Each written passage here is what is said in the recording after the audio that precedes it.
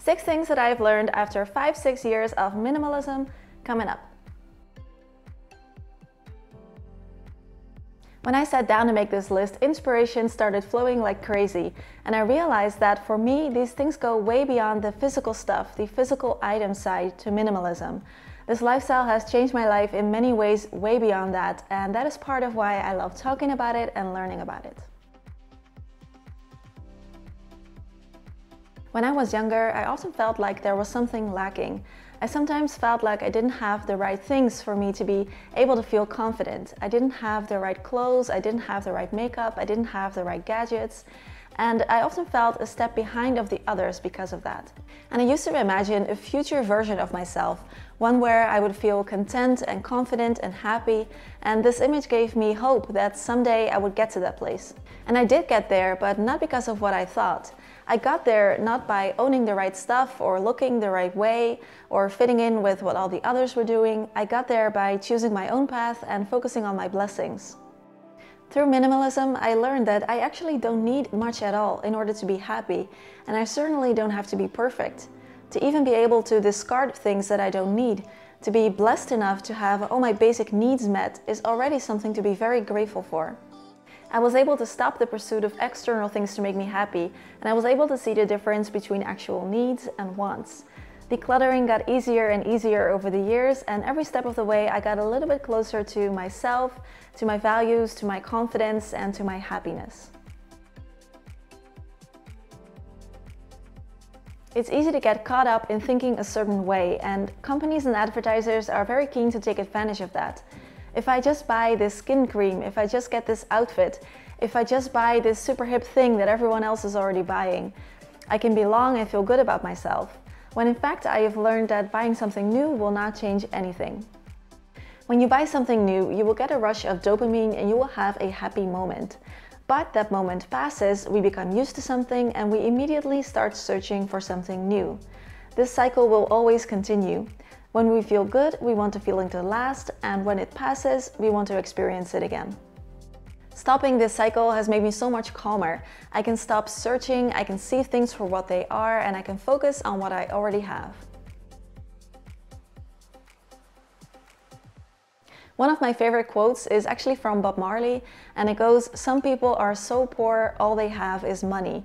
And I love this quote because it puts such a different perspective on life, at least from what a lot of people like me who live in Western cultures are used to hearing. I'm sure that making lots of money can be great, it certainly makes things easier, but it's only one thing. There is so much more. Are you enjoying life? How do you feel when you wake up in the morning? Are you spending time with your loved ones? Are you pursuing your passions? Are you giving back to the world? There is so much that money can't buy. I've made a change in my life because my job as a project manager was not making me happy, and I don't think I could have made that change in my life if I hadn't lived a minimalist lifestyle. By the way, if you'd like to see more of my videos on minimalism, then check out my Minimalist Living playlist right here. Humans like the feeling of security, to shield us from pain and suffering and to experience only the good things. And hoarding lots of things around us can seem like it can offer us that.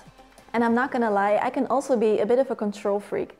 But through living with less, I have seen that nothing has changed. No catastrophe has come my way because I didn't have a certain thing anymore. Everything is just like before, and this has taught me the very valuable lesson of letting go and just having faith. And I love this analogy from Alan Watts. It goes, imagine falling down a cliff. You're falling and all of a sudden you see this big hunk of rock falling next to you. You start clinging to it, hoping that it will help you when you actually know it's not going to do a thing for you in the end. Now, I don't see life as falling off a huge cliff, but I like the message in there, and I know that life will look after me and I don't have to cling to something. I used to have so many things in my home that did not make me feel good. In fact, they made me feel guilty. Expensive clothes that I haven't really worn, things that didn't fit me anymore, items that are difficult to maintain and therefore they're just sitting there waiting for treatment, certain hobbies that I haven't made the time for, and every time I would look at those items, this feeling of guilt would rush over me. Getting rid of these items has been so freeing. Life is just way too short to feel guilty whenever you look at an item in your home. I used to think that certain things were just not possible for me, whether for financial reasons or personal reasons. I would think that some of the paths that I saw other people take were just not open for me. Minimalism has made me see that this is not the case. There is in fact nothing I couldn't do. It's a matter of wanting. If I want something hard enough and work at it hard enough, I can create this path. If someone else is out there doing it, I can do it too. It's easier for me to make big life changes because we've been living below our means, and minimalism can help you to not get trapped in expensive commitments, like for example a really crazy expensive car that you then have to work really hard for in order to keep paying for it. This way of living has opened up a lot of paths for me that I didn't think I had before, and it's a great feeling to know that if I really want to do something, there's always a way.